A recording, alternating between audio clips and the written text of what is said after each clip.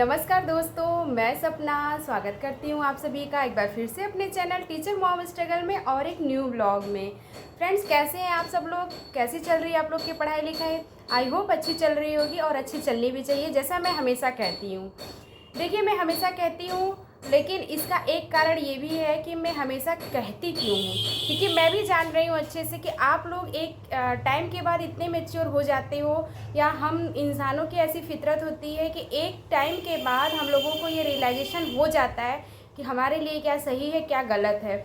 अगर हम जीवन में सफल होना चाहते हैं, एजुकेशन के थ्रू सफल होना चाहते हैं, तो हम लोगों का सबसे पहला कर्तव्य होना चाहिए कि हमारी पढ़ाई लिखाई कैसी चल रही है और हमें कैसे चीज़ों को मैनेज करना है। सारी बातों को हमें ध्यान रखना चाहिए। आप लोगों में से बहुत सारे लोग कमेंट करते हैं कि आप इतना सारा घर का काम करके, जॉब करके कैसे इतना कंसंट्रेशन के साथ आप स्टडी कर लेते हो, कैसे आप पढ़ लेते हो। तो इसका एक बहुत ही छोटा सा और बहुत ही सिंपल सा तरीका मैं बताने वाली हूँ कि देखिए, मैं सबसे पहले कुछ एग्जाम्पल पेश करना चाहूँगी।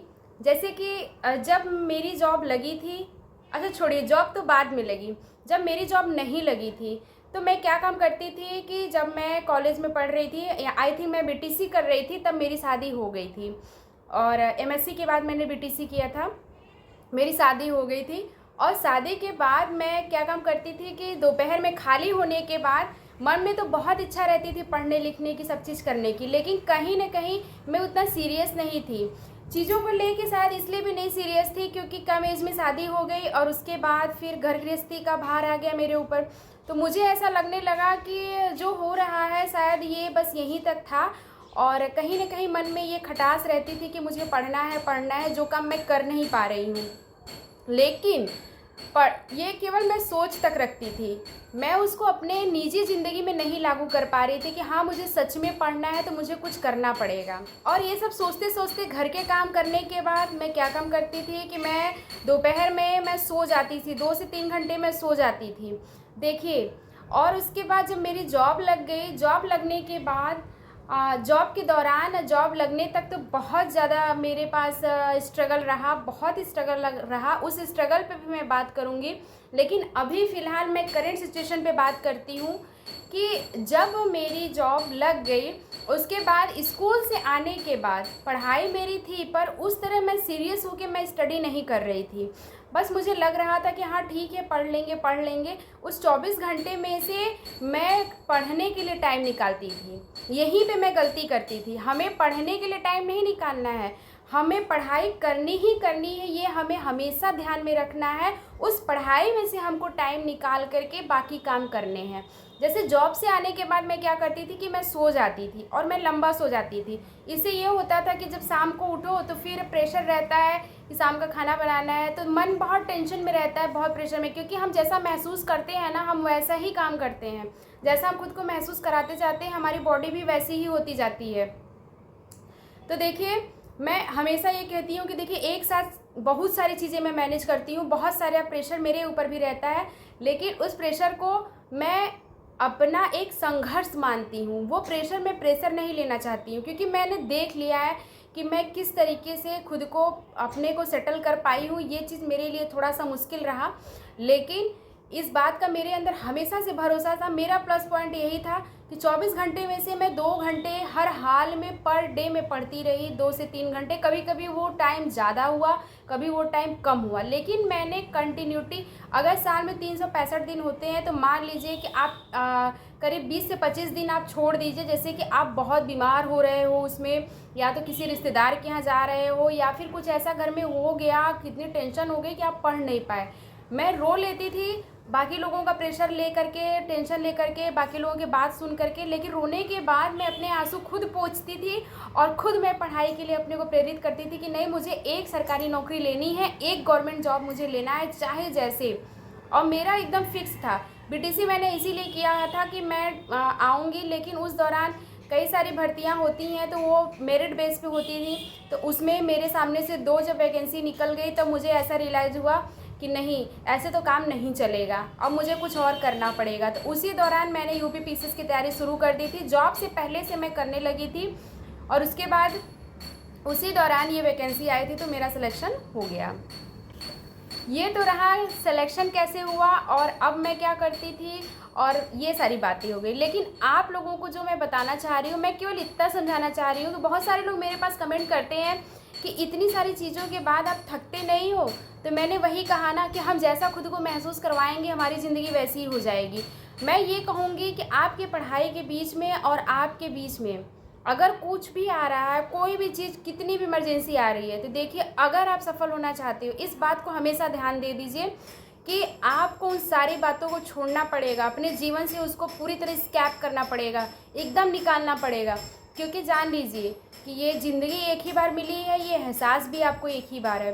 तो इस जीवन को निरर्थक व्यर्थ मत करिए आप लोग, बिल्कुल भी व्यर्थता। अगर इस तरीके से आप कर रहे हो कि आप केवल सपने अपने दिल तक रखे हो, आपके अंदर बहुत जुनून है आप कुछ करने का, लेकिन आप उसको एक्शन में नहीं ला रहे हो, आप उसको कर नहीं रहे हो, तो यहीं पे आप गलती कर रहे हो। मेरे साथ भी है, मैं सुबह 3:30 से 3:45 के बीच उठती हूँ, मैं डेली का काम करती हूँ, लेकिन आज भी मैं यूट्यूब भी करती हूँ और उसके साथ ही मैं स्टडी करती हूँ, अपनी जॉब भी कर रही हूँ और एक 5 ईयर बेबी बॉय की माँ भी हूँ। तो इस तरीके से मैं सारी चीज़ें मैनेज कर रही हूँ। लेकिन जानते हैं, मैं कभी भी अब ये नहीं सोचती, मैंने अपने सोचने का एक तरीका ही पूरा बदल दिया। मुझे ये लगता था कि जब मैं महसूस करूँगी कि हाँ मैं थक गई हूँ, क्योंकि देखिए हमें काम के साथ ही, घर गृहस्थी के साथ ही सक्सेस होना है, क्योंकि हम मैरिड हैं और हम एक मध्यम परिवार से बिलोंग करते हैं। हम इतने हाई फाई भी नहीं हैं कि हम चीज़ों को रख के सारी चीज़ों को इस तरीके से कर सके। अगर हम इतने हाई फाई होते तो क्या ज़रूरत थी हमें किसी जॉब की, ये बात भी तो सोचिए ना आप लोग। इसी तरह देखिए, सफलता उसी के पास जाती है जो सच में मेहनत कर रहा है, सच में वो चाहता है, वो सच्चा प्रयास कर रहा है, सफलता भी उसी के पास जाती है। अब वो ज़माना नहीं रहा कि पैसे दे करके नौकरी ले लो, क्योंकि अब ऐसा टाइम आ गया है कि आपको सच में अपने ऊपर वर्क करना है, अपनी चीज़ों पे आपको सच में वर्क करना है, सच में आपको सफल होने के बारे में ही सोचना है। तो इस चीज़ का आप हमेशा ध्यान रखिए। देखिए, मैंने एक बात बोली ना कि हर किसी के पास 24 घंटे होता है। पूरी दुनिया में जो लोग भी भारत में काम कर रहे हैं उन सब के पास 24 घंटे। उस 24 घंटे में से हमको अपने स्टडी के लिए टाइम नहीं निकालना है।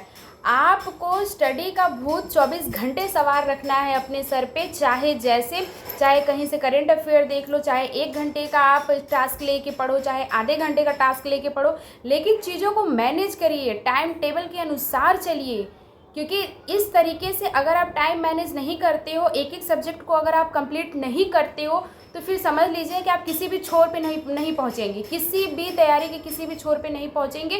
कोई भी टॉपिक या कोई भी सब्जेक्ट आप कंप्लीट नहीं कर पाओगे। बस इसी तरीके से अगर आप पढ़ते रहे कि हाँ ठीक है, इतना टाइम मुझे लगा तो मैं इतना ही पढ़ूंगी, शुरुआत में आप भले करिए, लेकिन अगर आप सच में अब सीरियस हो गए हैं तो आपको अब जागने की ज़रूरत है, आपको अब सच में वर्क करने की ज़रूरत है। तो यही चीज़ मैं आप लोगों को कहती हूँ, जो मैं करती हूँ और मैं हमेशा से करती आई हूँ। देखिए फ्रेंड्स, सारी बात की एक बात कि अगर आपको सफल होना है तो आपको चीज़ों को बहुत बुरी तरह इग्नोर करना है। लोगों की गालियाँ पड़ेंगी, लोगों के ताने पड़ेंगे कि अरे ये ऐसी है, वैसी है, ये है, वो है। आप अपना कर्तव्य करिए। अगर आप वो कर्तव्य भी अगर आपके रास्ते में आ रहा है तो छोड़ दीजिए, ऐसे कर्तव्य को छोड़ दीजिए सारी चीज़ें। अगर जहाँ पे आपका सेल्फ रिस्पेक्ट कम हो रहा है, जहाँ पे आपकी महत्वाकांक्षा ख़त्म हो रही है, वहाँ पे चीज़ों को आप छोड़ दीजिए। इसी में आपकी भलाई है। मैं आपको, देखिए बहुत सारे लोग ये कहेंगे भड़काने का काम, ये भड़काने का काम नहीं है। आपको अपने अंदर की शक्ति को पहचानने की ज़रूरत है, उस शक्ति का सही प्रयोग करने की ज़रूरत है और उस शक्ति के प्रयोग को करते हुए अपने लक्ष्य को प्राप्त करने की ज़रूरत है। बस आपको यही करना है और ये करके ही रहना है। कुछ भी करिए, एक जॉब आपको ज़रूर लेनी चाहिए। और मैं तो कहती हूँ कि आप लोग इतना करिए कि अगर आप चीज़ों को लेकर के ज़्यादा परेशान हो रहे हो, सारी चीज़ें हो रही है, तो उस जगह को आप छोड़ दीजिए। कुछ दिन लोगों को बुरा लगेगा, कुछ दिन अच्छा नहीं लगेगा, लेकिन एक टाइम के बाद जब आप सफल हो जाओगे ना, तो वही लोग आपके लिए फूलों का हार लेके खड़े होंगे और वही लोग अगल बगल मिठाइयाँ बांटेंगे अपने पड़ोसियों को, ये दिखाने के लिए, अपना सीना ठोकने के लिए कि मैंने उसको पढ़ाया, मैंने उसको इस मुकाम पे लाया। तो फ्रेंड्स, आप लोग ज़रूर बताइएगा कि ये मोटिवेशनल ब्लॉग आप लोगों को कैसा लगा। और हमेशा से अपने आप को ये सोच के कभी मत चलिए कि आप किसी से कम हैं। लगे रहिए, डटे रहिए, जब तक एग्ज़ाम को फोड़ ना डालिए, तोड़ ना डालिए और बिल्कुल सक्सेस हो जाइए। मिलते हैं अगले ब्लॉग में। नमस्कार।